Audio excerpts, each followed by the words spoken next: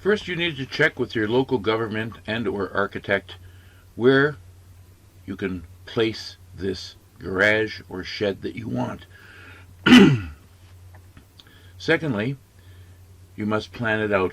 For example, in some parts of Hungary, you need a permit if it's going to be larger than 200 square meters. So you have to, most people want it within that.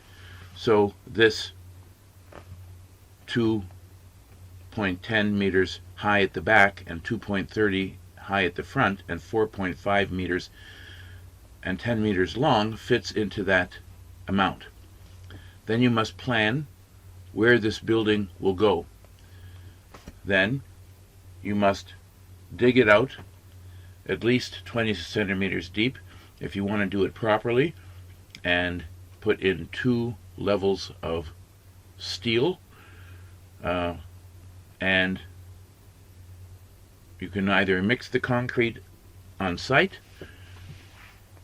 or have it delivered by a company, and you'll need somebody who can spread the concrete out slightly on an angle so that the water runs from one end to the other and out the door. And that's after you have a drawing, because you must create the drawing based on the specifications of what you are allowed and exactly where you're going to locate it.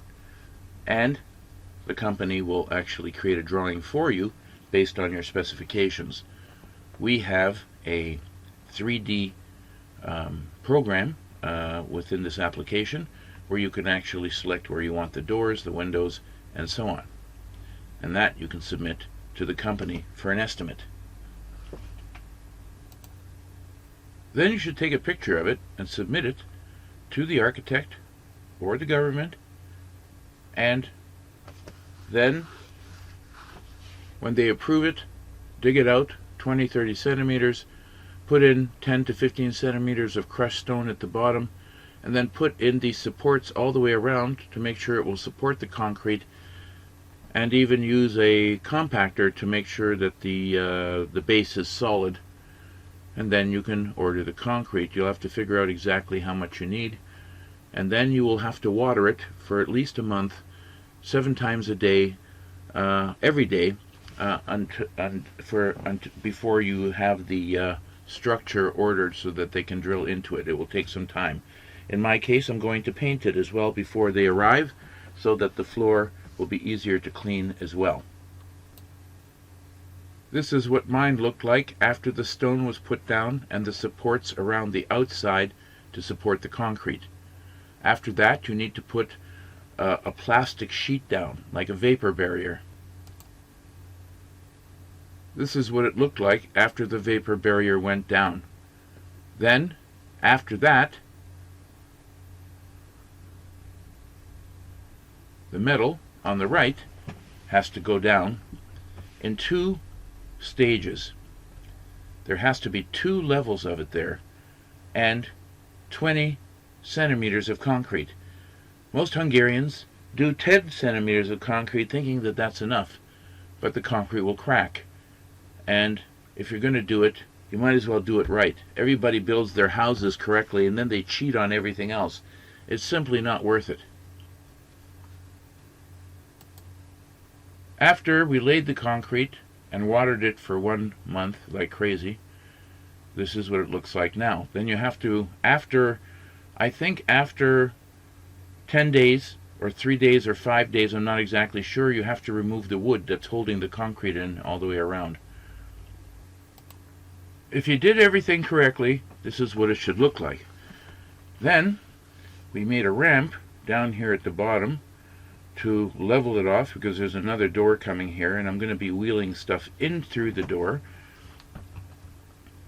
and another door will be here. But because we don't know exactly where they're going to situate this, because the pad is bigger, it is actually 10 meters 15 centimeters long by, instead of 4.5, it's 480. It's 30 centimeters wider, because you cannot drill the holes close to the edge of the concrete because it will crack. So this is very important that the pad has to be bigger. Don't try to chintz and try to save a little bit of money because you'll pay for it in the end. If you do it properly, you'll have no problems. Here you can see exactly the way it was planned out. Behind the tree slightly, at this post that's here, and to the left of the house. About 2 weeks after you pour the concrete, you have to put some expansion joints in here. You have to cut them in with a special machine. We rented ours. It was very cheap.